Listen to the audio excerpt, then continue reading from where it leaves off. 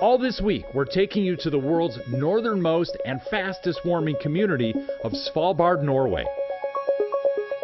After meeting the people who live there and seeing what scientists are learning there, you will better understand what's happening where we live. This is On the Dot with me, David Schechter. And we are highlighting the impact of our changing climate here at home as well and across the world. Mitigating the impact is a monumental effort. Chief Meteorologist Bill Kelly, you've been guiding us through this. Thank you for that. No, of course, absolutely. We appreciate that. You know, it's an interesting topic.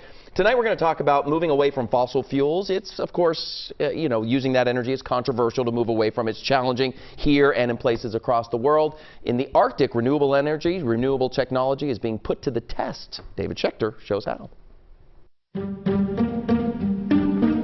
Just about everywhere you go in Svalbard, it's a tradition to take off your shoes. It helps keep the inside spaces clean. It's kind of a nice tradition, actually.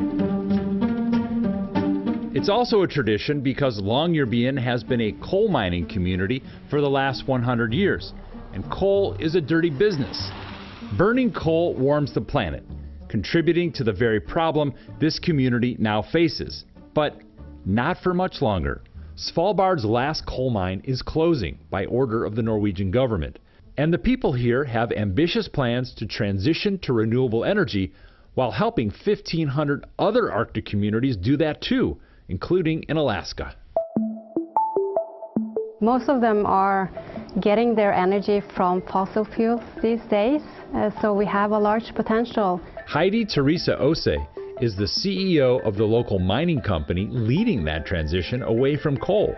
We met in one of the company's old mines. Your job is to take this company in a new direction, huh? Yeah, it is.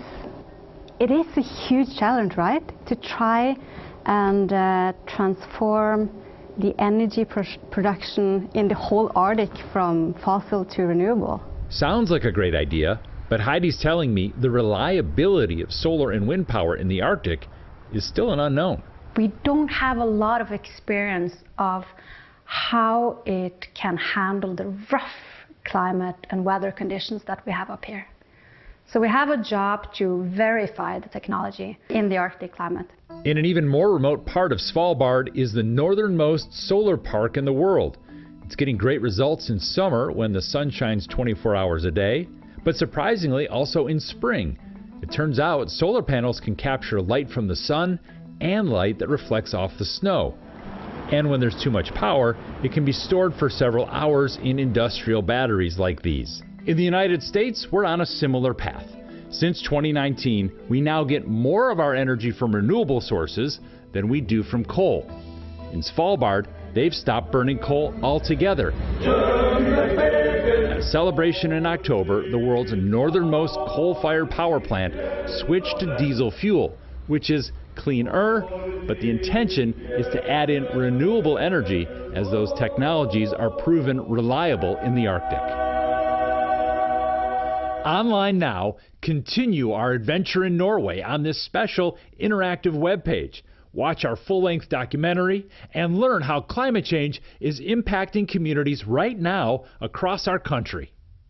So, how are we doing here? Government data from 2022 shows 8% of the power produced in New Jersey comes from renewable energy. That ranks 32nd in the nation. In Pennsylvania, that number shrinks to just 3%, ranking the Keystone State as the 47th in the U.S. And in Delaware, just 1% of power comes from renewable energy. We're wrapping up our series tomorrow. David Schechter shows us how people in the Arctic are developing safety systems that could be used around the world.